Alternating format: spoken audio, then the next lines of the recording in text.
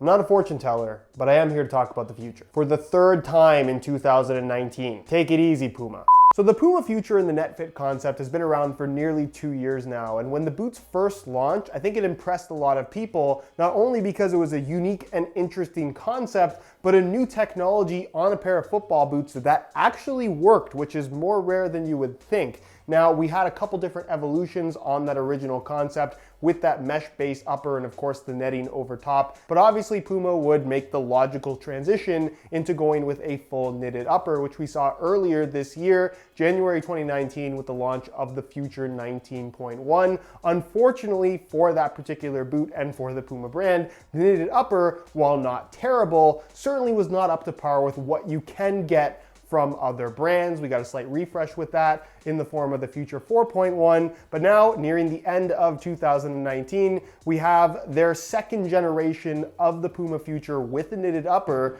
the Puma Future 5.1, which of course is available in a mid-cut variation retailing for $220, as well as a low-cut variation which retails for $20 less at $200. Both of which feature a completely redesigned knitted upper that is without question a gigantic improvement over what we had before, and easily the best knitted football boot we've ever seen from the Puma brand. How good is it in comparison to other knitted boots out there? That's exactly what I want to talk about in this video. And with all of the changes that they've made, there is definitely some concern about the actual Netfit system, the main feature of the Puma Future, because they have, to a certain extent, kind of lessened the significance of that technology on this particular boot. We're gonna go over all of that, including how they fit and feel on feet in today's video. So if you wanna learn more, please stick around, watch the entire review. And if you're interested in a pair of these for yourself, either the mid-cut or the low-cut variation, I'll leave a little pop-up on screen, or you can click the first link down below. That's gonna take you to the review page on my website, where you'll find buy it now links with exclusive SR4U coupon codes to pick these up below their normal retail prices. So unsurprisingly, both boots come in a red and white Puma box, although the one for the mid-cuts is a little bit bigger just because the boots are a little bit taller. Both boots also come with an extra set of laces to go along with the blue ones that are not quite orange and not quite pink. It does match the subtle accent color on the boots, and the fact that they include some extra laces is definitely not a bad thing. As for the boots themselves, more specifically the knitted upper, I have to say that I'm really impressed with how this feels. It is a huge step up over the knitted upper that we had on the 19.1 and the 4.1 variations, and honestly doesn't compare to those boots at all. This is just a completely redesigned material that, if I had to compare to anything, reminds me a lot of the Nike skin upper found on the OG Hypervenom Phantom 1. Granted, this has more structure to it. It's also a little bit thicker and certainly isn't going to stretch as much as the original Phantoms did. And the actual covering that they have on the surface, this polyurethane material, has a little bit of a grippy kind of waxy finish to it. Again,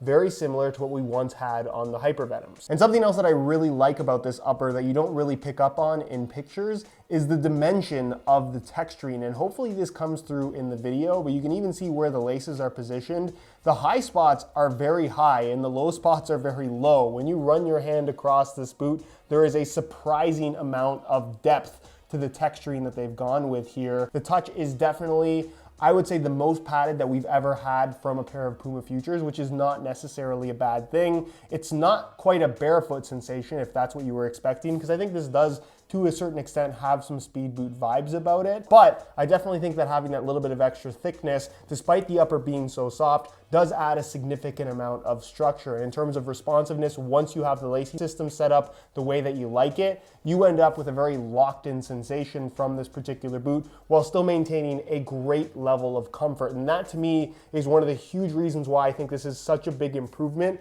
over the previous model. The knitted upper that we had on the 19.1 and the 4.1 was great in terms of responsiveness, but because it had this kind of like hard glue, almost hard plastic sensation to it, I didn't find the boots to be as comfortable as past Puma Futures were. And that's back with this new 5.1. Moving to the midfoot area where you're going to find that the knitted material has been left exposed, that's where you're going to find the Netfit system, which is slightly camouflaged on this brand new Puma Future. Previously, it was physical net on the surface of the upper, and then with the knitted variations, it was physical holes in the upper. So it was very clear what was and wasn't a lacing position that you can use. When I first held these in my hands, I was honestly thinking to myself, I think Puma might have tricked us because there doesn't actually seem to be any extra options within the upper. But what you have here is the slightly darker blue underlayer as kind of a base layer of knit, and then the lighter blue kind of honeycomb pattern on the surface sits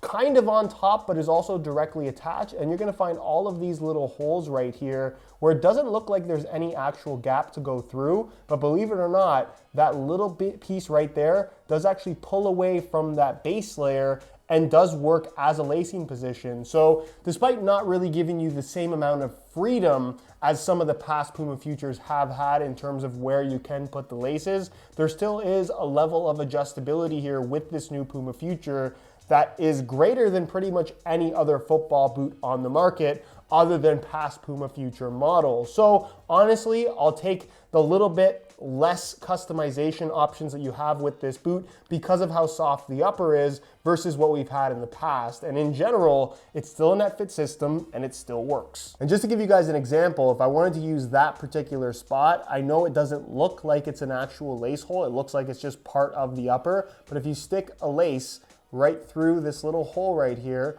and then kind of push against the base of the upper, you can very slowly just slide it through. This light blue part is stretchy, and there you go. It is in fact a lace hole despite not looking like one. And for those that will ask about wearing these boots laceless, I think if you are going to do that, you'd be better off with the mid-cut version rather than the low-cut version. However, I definitely don't think it's the best way of wearing these, especially with this new 5.1 model, given that it is a little bit wider and seems to have a little bit more volume than all past Puma Futures, which means that unless your foot completely fills in the shape of this boot perfectly, lockdown and general responsiveness without a lacing system holding your foot in place might not be the greatest. So moving through the top of the foot as well as the back of the boot with the mid-cut version, you're going to find an elasticated knitted material that does have a slightly different pattern than what we had before. What is interesting though this time around on the mid-cut version is that you have a seam with some fuse running all the way across the top of the foot directly down the middle, which does prevent a little bit of stretch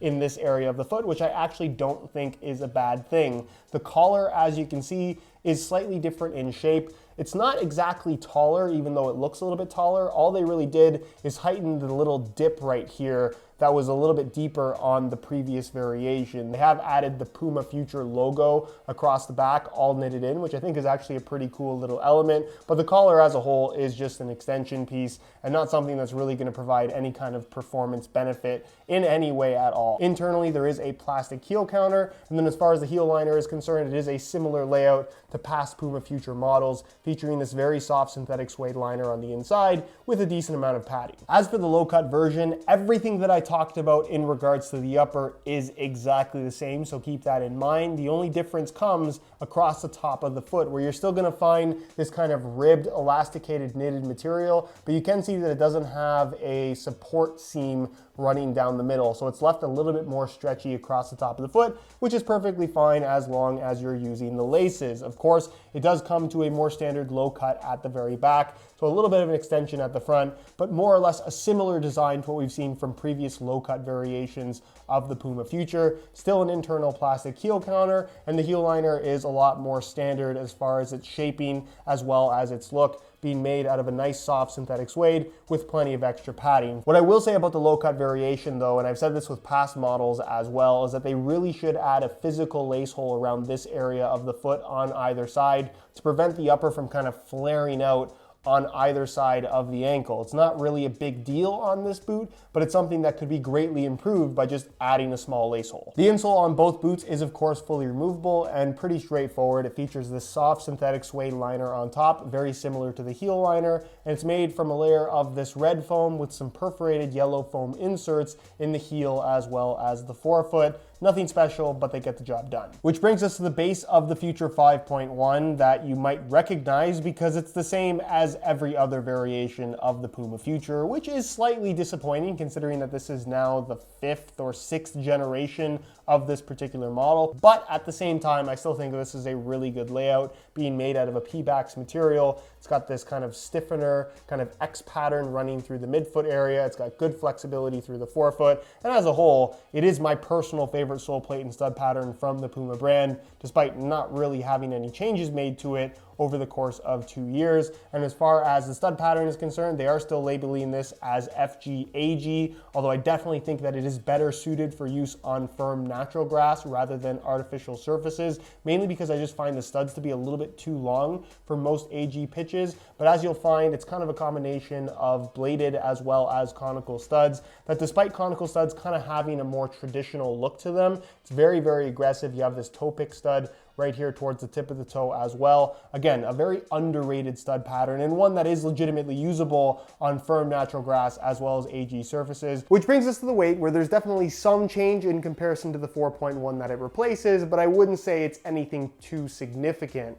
So in a size 9.5 US, the mid-cut version of the Future 5.1 weighs in at 7.9 ounces, the equivalent of 224 grams, which is roughly about 0.3, 0.4 ounces more than the Future 4.1 in the same size. If we change the scale back to ounces and throw on the low-cut variation, you can see that they weigh in at 7.6 ounces, the equivalent of 216 grams. So unsurprisingly, the low-cut variation is ever so slightly lighter, the lighter variation of the two. But again, the weight difference is minimal. The weight difference in comparison to the old model is minimal. The boots could definitely be a little bit lighter, but as a whole, as long as you're not too picky about having the lightest boots possible, I don't think you're gonna have any issues with the weight. So as you probably expected, I have swapped out the stock blue laces that have the little kind of pinkish orange accents to match the boots. It's not that they look bad in any way at all, but I wanted to go for something with a little bit more contrast that's just kind of unique. And I like the fact that they added these black accents on the heel and toe along with the Future branding. So I've swapped in some black reflective SR4U replacement laces that I think look quite cool and do highlight your custom lacing system a little bit more. Either way, if you're looking to change up the style of your boots in a very inexpensive way, the website to go to is www.sr4ulaces.com. There'll be a little pop-up on screen as well as a link down below in the description. So if you're interested in some for yourself, be sure to go ahead and check that out. On feet, the Future 5.1 feels incredible. The first thing that you'll notice when you put these on is how soft the upper feels against your foot. This is one of the most comfortable football boots out of the box that money can buy right now. There is no hardness to this upper whatsoever. They feel incredibly comfortable. The shape has also been changed, which is definitely worth mentioning. The boots have some significant width and some significant volume to them. However, when you put them on, because of how soft and flexible the upper is, it seems to stretch around your foot very, very nicely. So despite it looking like there's a lot of extra volume, when you put them on, you can see there's not really any extra space inside of the boot. Although if you did have fairly narrow feet, I could see why you might have some issues. As far as the Netfit system is concerned, you can see on my right foot, I have created my own custom lacing system, and I will say that this brand new Netfit setup that they've gone with is a lot more limiting in terms of what you can do. You can only realistically change around 2 or 3 different lacing positions, but it still allows me to do what I like to do with the Futures, where I lace them a little bit higher on the medial side, allowing for more expansion on the arch area of my foot, just because I am slightly more flat-footed. That's more comfortable for me. And then I lace it a little bit deeper on the lateral side to allow for more grab on the upper, just because I want as much lockdown and responsiveness as possible. In general, you can achieve a customized fit and feel as long as you set the lacing system up for your feet specifically. But I definitely don't think that the Netfit system as a feature is quite as impactful as it perhaps has been on past variations of the Future, but that seems to be the case with every brand new variation. As far as the difference between mid and low is concerned, not a huge noticeable difference, I will say. I think that the lows maybe are just a little bit more familiar, but in terms of just overall comfort, it's kind of more of a personal preference thing rather than saying that one is truly more comfortable than the other. Again, width-wise, if you had wide feet, I think that these are a great option for you. Even if you have normal width feet, I think these will fit you quite comfortably as well. Only people with narrow feet might run into some issues in regards to the width of the boot. And as far as sizing is concerned, I'm wearing these in my usual size 9.5 US, and the fit and the length is perfect. So if you're looking to order a pair for yourself, I would strongly recommend going true to size in order to achieve the best possible fit. To say the least, the Future 5.1 is a huge improvement over the 19.1 and 4.1 variations that we also got in 2019. It is by far the best knitted football boot that Puma has ever made. And for me personally, and it takes a lot for me to say something like this, simply based on the out-of-the-box comfort, the fact that I can put these boots on my feet and feel comfortable to wear them straight into a 90-minute match without having to worry about discomfort or blistering or anything like that, this automatically jumps up into my top 3 boots currently available. I think they're that comfortable. I love the touch. I love the feel. While the sole plate and stud pattern I think could use maybe a little bit of an update, something new is always nice to see, it's still really, really good and extremely well-rounded. And like I said, the boots as a whole just feel and perform the part, not to mention they're really competitively priced in a market where $250 to $275 is a pretty common price point for a lot of these flagship models. So $200 for the low and $220 for the mid is actually pretty reasonable when you look at what else is available in this particular category, especially considering the quality of this knitted upper. So if I had to pick between these two, personally I do kind of lean a little bit more towards the low versus the mid, especially given the fact that it is a little bit cheaper. It's certainly more value for money conscious in that respect. But as a whole, I can wholeheartedly recommend both of these boots. If you like the mid-cut thing, go for the mid. If you prefer the low cut, go for the low. Either way, you can't go wrong with this new Puma Future, especially if you do have slightly wider feet. Anyways, guys, that's it for my review. Hopefully you enjoyed the video. If you did, be sure to support it with a like. Again, if you're interested in some of these for yourself, either the mids or the lows, you can click the first link down below. That's going to take you to the review page on my website, where you'll find buy now links with exclusive SR4U coupon codes to pick them up below their normal retail prices. If you have any questions regarding the brand new Future, leave it down below in the comment section, and I'll do my best to get an answer out to you as soon as I possibly can. Subscribe if you haven't already for new videos on the latest and greatest soccer gear every single week. All of my social media information is also linked down below. And other than that, guys, thank you so much for watching, and we'll see you in the next one.